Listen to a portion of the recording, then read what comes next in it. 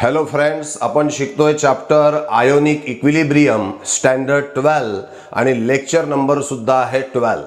आणि आजचा जो टॉपिक आहे आपला तो आहे कॉमन आयन इफेक्ट. आता कॉमन आयन इफेक्ट म्हणजे काय कन्सेप्ट आहे लक्ष द्या. समजा आपण एखादा वीक इलेक्ट्रोलाइट घेतला, जसं ॲसिटिक ॲसिड आहे, या ठिकाणी दाखवलंय आपण. वीक इलेक्ट्रोलाइट घेतला आपण ॲसिटिक ॲसिड. हा जो ॲसिटिक ॲसिड आहे याचं डिसोसिएशन आधीच फार कमी प्रमाणामध्ये होत असतं. म्हणजे उदाहरणार्थ याचे जर का 100 मॉलिक्यूल आपण घेतले तर 100 पैकी 70-80 मॉलिक्यूल तर डिसोशिएट होतच नाही. आपण असं गृहीत धरू 80 डिसोशिएट होतच नाही, त्याचे फक्त 20च मॉलिक्यूल डिसोशिएट होतात. म्हणजे याचा अर्थ 80 मॉलिक्यूल याचे जसेच्या तसे आहे. 80 जे मॉलिक्यूल आहे हे अनडिसोशिएटेड आहे आणि 20च मॉलिक्यूल हे काय झालेले आहेत, डिसोशिएट झालेले आहेत. Only 20 molecule gate dissociated. आता हे जे काही 20 मॉलिक्यूल डिसोशिएट झालेले आहेत ते सुद्धा वापस या पार्टीमध्ये बोलवायचे, म्हणजे त्यांना सुद्धा अनडिसोशिएटेड करायचं. म्हणजेच एक प्रकारे काय तर ॲसिटिक ॲसिडचं जे काही 20% डिसोशिएशन झालेलं आहे ते डिसोशिएशन सुद्धा कमी करून टाकायचं. म्हणजे त्याचं जे डिग्री ऑफ डिसोशिएशन आहे ते कमी करण्याचा प्रयत्न करायचा. आणि ते कमी कसं करणार तर bye adding the strong electrolyte containing common ion. बघा वाक्याकडे लक्ष द्या. कॉमन आयन इफेक्टचं स्टेटमेंट घेऊ आणि मग त्याला स्पष्ट करू आपण. What is common ion effect? Degree of dissociation of weak electrolyte and also the solubility of a salt. म्हणजे वीक इलेक्ट्रोलाइटचं डिसोशिएशन आणि सॉल्टची सोल्युबिलिटी ही जर का तुम्हाला कमी करायची असेल तर ती तुम्ही कमी करू शकता. कशी? Bye adding strong electrolyte containing common ion. This is called as common ion effect. वाक्य काय सांगितलंय पुन्हा लक्ष द्या. The degree of dissociation of weak electrolyte and also the solubility of a salt can be decreased or suppressed by the addition of strong electrolyte containing common ion. This is called as common ion effect. याला आपण common ion effect असं म्हणत असतो. आता हा जो common ion effect आहे या कॉमन आयन इफेक्टला आपल्याला एक्सप्लेन करायचं आहे. मग एक्सप्लेन करण्यासाठी आपण काय केलं, consider the weak acid acetic acid that is CH3COOH. आपण एक वीक ॲसिड कन्सिडर केला म्हणजे ॲसिटिक ॲसिड आपण घेतलेला आहे CH3COOH. हा वीक ॲसिड आपण या ठिकाणी घेतलेला आहे. आता हा जो ॲसिटिक ॲसिड आहे इट डिसोशिएट्स व्हेरी स्लाइटली. हा अतिशय कमी प्रमाणामध्ये डिसोशिएट होतो. CH3COOH gives CH3COO minus plus H plus. It dissociates to very less extent. समजा असं आपण म्हटलं की 100 पैकी 80 मॉलिक्यूल डिसोशिएट झालेच नाही आणि फक्त 20च मॉलिक्यूल त्याचे डिसोशिएट झाले. बरोबर आहे. मग आता हे जे त्याचं डिसोशिएशन झालेलं आहे किती टक्के सांगितलं आपण, फक्त 20% आहे. हे सुद्धा आपल्याला कमी करायचं आहे. म्हणजे जे डिसोशिएट झालेले जे आहेत हे 20% जे डिसोशिएट झाले आहेत परत यांना या पार्टीमध्ये आणायचं आहे, अनडिसोशिएटेडच्या पार्टीमध्ये आणायचं आहे. आणि कोणत्या इफेक्टच्या मदतीने? Common ion effect. कसं वापस आणणार ते शिकायचं आपल्याला. बघा, consider the weak acid that is acetic acid CH3COOH. मग त्याचं डिसोशिएशन घेतलं आपण. According to law of mass action at equilibrium, dissociation constant of weak acid is equals to Ka is equals to concentration of product upon concentration of reactant. Product मध्ये कोण आहे CH3COO minus आणि H plus divided by CH3COOH. बरोबर आहे. आता एक काम करू आपण, यामध्ये एक स्ट्रॉंग इलेक्ट्रोलाइट टाकू कंटेनिंग कॉमन आयन. मग स्ट्रॉंग इलेक्ट्रोलाइट कोणता घेतला आपण? HCl.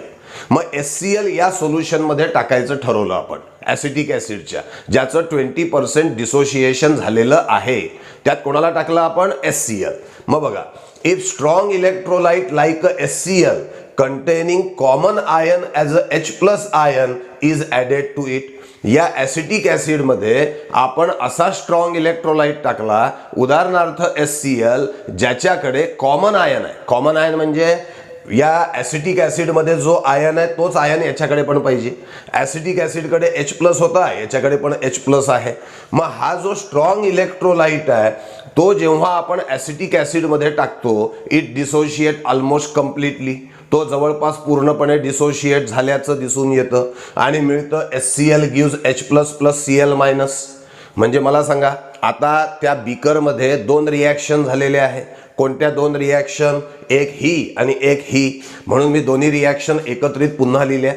CH3COOH gives CH3COO- + H+ आणि HCl गिव्स Cl- + H+. मुद्दामून एका खाली एक आणले मी, म्हणजे हा झाला कॉमन आयन.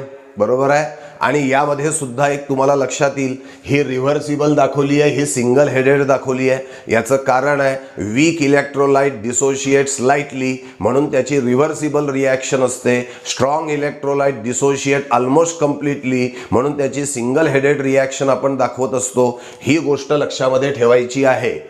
ॲसिटिक ॲसिडचं डिसोशिएशन आपण 20% घेतलंय, ते पण कमी करायचं आहे. ते 20 जे गेले समोरच्या पार्टीत आयोनिक फॉर्ममध्ये, त्यांना आपल्याला अनडिसोशिएटेडच्या पार्टीत आणायचं आहे. आणि त्यासाठी सगळा हा खटाटोप आहे. त्यामध्ये आपण टाकला स्ट्रॉंग इलेक्ट्रोलाइट HCl. बरोबर. मग strong electrolyte HCl containing H+ ion as a common ion आपण त्यामध्ये टाकलेलं आहे. यामुळे काय होईल आता मला सांगा, इथे H+ आयनचं कॉन्सन्ट्रेशन वाढून जाईल. ड्यू टू धिस, बघा काय वाक्य आहे, due to this concentration of H+ ion increases. आता जर का कॉन्सन्ट्रेशन ऑफ H+ आयन वाढलं तर या फॉर्म्युल्यामध्ये बघा बरं, कॉन्सन्ट्रेशन ऑफ H+ आयन वाढलं म्हणजे न्यूमरेटर वाढला. न्यूमरेटर वाढला म्हणजे कोणाची व्हॅल्यू वाढायला पाहिजे? Ka. त्याचबरोबर H+ आयन वाढला म्हणजे इक्विलिब्रियम जो असा होता तो इक्विलिब्रियम असा शिफ्ट होईल, कारण कोणाचं कॉन्सन्ट्रेशन वाढलेलं आहे H+, इकडे झुकेल तो. इक्विलिब्रियम जो आहे तो या साईडला आल्याचं दिसेल. का बरं? कारण कोणाचं कॉन्सन्ट्रेशन वाढलं? H+. ऐका, जेव्हा आपण स्ट्रॉंग इलेक्ट्रोलाइट HCl त्यामध्ये टाकला, H+ हा कॉमन आयन आहे, त्यामुळे H+चं कॉन्सन्ट्रेशन त्या मिक्सचरमध्ये वाढलं. H+चं कॉन्सन्ट्रेशन वाढलं म्हणजे हा न्यूमरेटर वाढला. न्यूमरेटर वाढला म्हणजे कोण बदलण्याची शक्यता निर्माण झाली? Ka म्हणजे डिसोशिएशन कॉन्स्टंट. त्याचबरोबर H+ वाढला म्हणजे इक्विलिब्रियम सुद्धा डिस्टर्ब होण्याचे चान्सेस निर्माण झाले. पण प्रत्यक्षामध्ये ना डिसोशिएशन कॉन्स्टंटची व्हॅल्यू बदलत ना इक्विलिब्रियम डिस्टर्ब होत. अशी परिस्थिती आलेली आहे की बुवा डिसोशिएशन कॉन्स्टंट बदलेल, इक्विलिब्रियम डिस्टर्ब होईल की काय, अशी शंका निर्माण झालेली आहे. पण हे जे सोल्युशन आहे हे स्वतःमध्ये असा काही बदल करून घेतं की जेणेकरून इक्विलिब्रियम शुड बी मेंटेन. आणि हे सर्वात प्रथम अभ्यासलं ली चॅटलियर नावाच्या सायंटिस्टनी. आणि म्हणून ली चॅटलियर काय म्हणतो ऐका, की ली चॅटलियर म्हणतो ठीक आहे कॉन्सन्ट्रेशन ऑफ H+ आयन वाढलेले आहे, त्याच्यामुळे कदाचित ही शक्यता निर्माण झाली आहे की डिसोशिएशन कॉन्स्टंटची व्हॅल्यू बदलेल का, त्याच्यामुळे ही शक्यता निर्माण झाली आहे की इक्विलिब्रियम डिस्टर्ब होईल का. पण घाबरू नका, प्रत्यक्षात असं काहीही होणार नाही. काही H+ आयन जे आहेत, sum of the H+ ion again recombine with CH3COO- ion forming undissociated CH3COOH in order to maintain the equilibrium, in order to maintain the value of Ka. Ka ची व्हॅल्यू मेंटेन करण्यासाठी, त्याचबरोबर equilibrium maintain करण्यासाठी या acetic ॲसिडच्या इक्विलिब्रियममध्ये स्वतःहून बदल होतो. काय बदल होतो तर हे काही H+ आयन या CH3COO- आयन सोबत कंबाईन होतात आणि अनडिसोशिएटेड CH3COOH आपल्याला मिळून येतो. बघा काय वाक्य आहे. पहिले काय सांगितलं आपण, ॲसिटिक ॲसिडमध्ये कोणाला टाकलं होतं आपण? HCl ला. त्यामुळे कोणाचं कॉन्सन्ट्रेशन वाढून गेलं होतं? H+. मग काय शक्यता निर्माण झाली? Due to this concentration of H+ ion increases in the solution. त्यामुळे काय भीती निर्माण झाली होती? This may disturb the equilibrium disturb होईल. Ka will increase, Ka value वाढून जाईल. But this is not practically possible. प्रत्यक्षात असं काहीही होणार नाही. असं कोणी सांगितलं? असा अभ्यास कोणी केला? ली चॅटलियर नावाच्या सायंटिस्टनी. काय म्हणतोय बघा, according to Le Chatelier's principle काय होणार आहे? Sum of the H plus ion, बघा sum of the H plus ion recombine with CH3COO minus ion forming undissociated CH3COOH. Thus the backward reaction takes place. म्हणजे असं वाटत होतं ना आपल्याला की अरे इक्विलिब्रियम इकडे झुकलेला आहे, तर बॅकवर्ड रिॲक्शनमुळे तो इक्विलिब्रियम पुन्हा जैसे थे झाल्याचं दिसून येतं. म्हणजे ही बॅकवर्ड रिॲक्शन होते. कोणती? तर H प्लस याच्यासोबत कंबाईन झाला, बघा H प्लस CH3COO मायनस सोबत कंबाईन होतो आणि आपल्याला अनडिसोशिएटेड CH3COOH मिळतो. म्हणजे काय झालं? जे 20% आयनिक फॉर्म मध्ये गेले होते ते सुद्धा कुठे आले? वापस आल्याचं दिसतं. सगळेच्या सगळे वापस नाही आहेत, पण जे 20 जण गेले होते त्यातले 15-16 वापस येऊन गेले. म्हणजे पहिले होतं डिग्री ऑफ डिसोसिएशन 20% म्हणजे 0.2 होतं. आता ते डिग्री ऑफ डिसोसिएशन त्याही पेक्षा कमी झाल्याचं दिसून येतं. हे कशाच्यामुळे? तर कॉमन आयन इफेक्टमुळे. बघा काय झालंय, CH3COO minus plus H plus gives CH3COOH. Thus the degree of dissociation of acetic acid है ना can be decreased by the addition of strong electrolyte containing common iron. आता एक मुद्दा अजून लक्षात घ्या. मला सांगा, आपण इथे सांगितलं होतं की HCl टाकल्यामुळे कोणाचं कॉन्सन्ट्रेशन वाढलं? H प्लसचं कॉन्सन्ट्रेशन वाढलं. H प्लसचं कॉन्सन्ट्रेशन वाढलं म्हणजे कोण वाढला होता? न्यूमरेटर.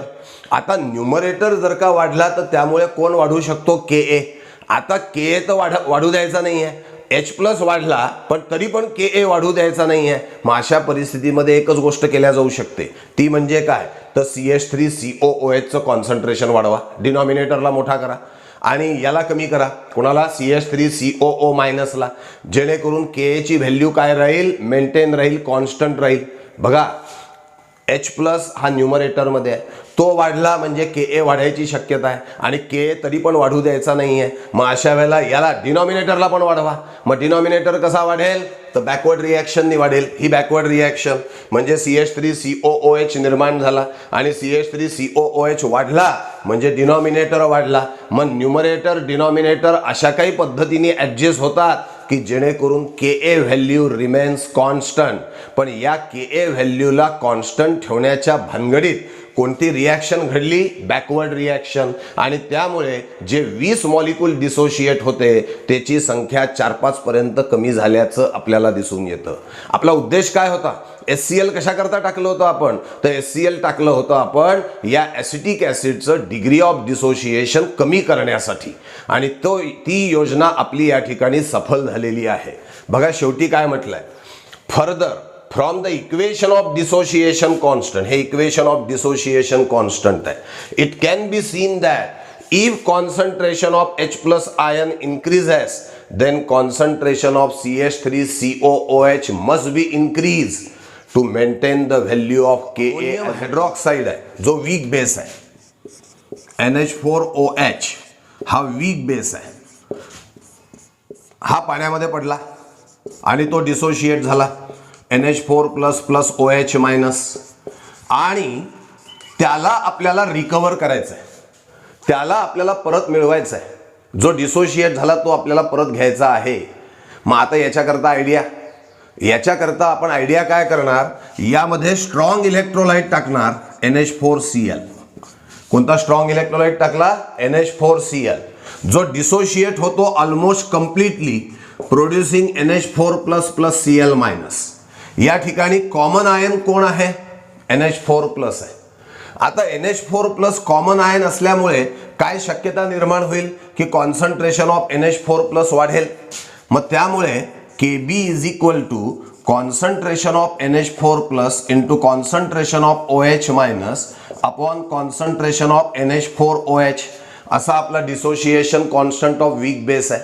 मला सांगा कोणाचं कॉन्सन्ट्रेशन वाढलं? NH4 plus. मग NH4 प्लसचं कॉन्सन्ट्रेशन वाढलं म्हणजे कोण डिस्टर्ब होऊ शकतो? Kb. त्याचबरोबर NH4 प्लसचं कॉन्सन्ट्रेशन वाढलं म्हणजे इक्विलिब्रियम इकडे शिफ्ट होऊ शकतो है ना. It may shifted in this side. मग आता या दोन्ही गोष्टी प्रत्यक्षात होत नाही. हा स्वतःचा इक्विलिब्रियम मेंटेन ठेवतो. कसा मेंटेन ठेवेल? तर बॅकवर्ड रिॲक्शन स्वतःमध्ये घडवून आणतो. NH4 plus plus OH minus gives undissociated NH4OH आणि त्यामुळे ही रिॲक्शन बॅकवर्ड डायरेक्शनला होते. बॅकवर्ड डायरेक्शनला झाल्यामुळे काय होतं की OH मायनस कमी होतो, NH4OH वाढतो आणि KB ची व्हॅल्यू कॉन्स्टंट राहते. हा इक्विलिब्रियम सुद्धा कॉन्स्टंट राहतो. पण यात आपला बेनिफिट काय झाला? जो पाण्यामध्ये पडून डिसोशिएट झालेला होता त्याला आपण रिकव्हर केलेला आहे. तो अनडिसोशिएटेड आणलाय.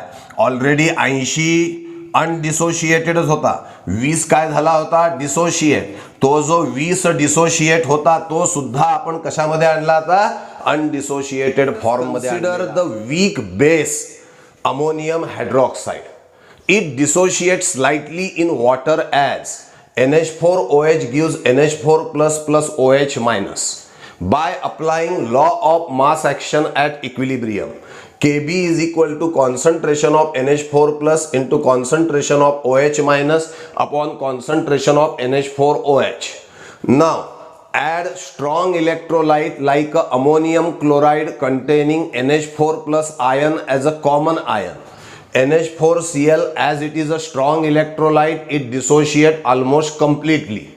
Due to this, the concentration of NH4 plus ion increases.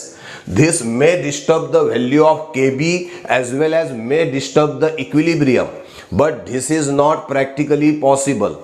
According to Le-Chatelier's principle, some of the NH4 plus ion recombine with OH minus ion forming undissociated NH4OH. That is, the backward reaction takes place.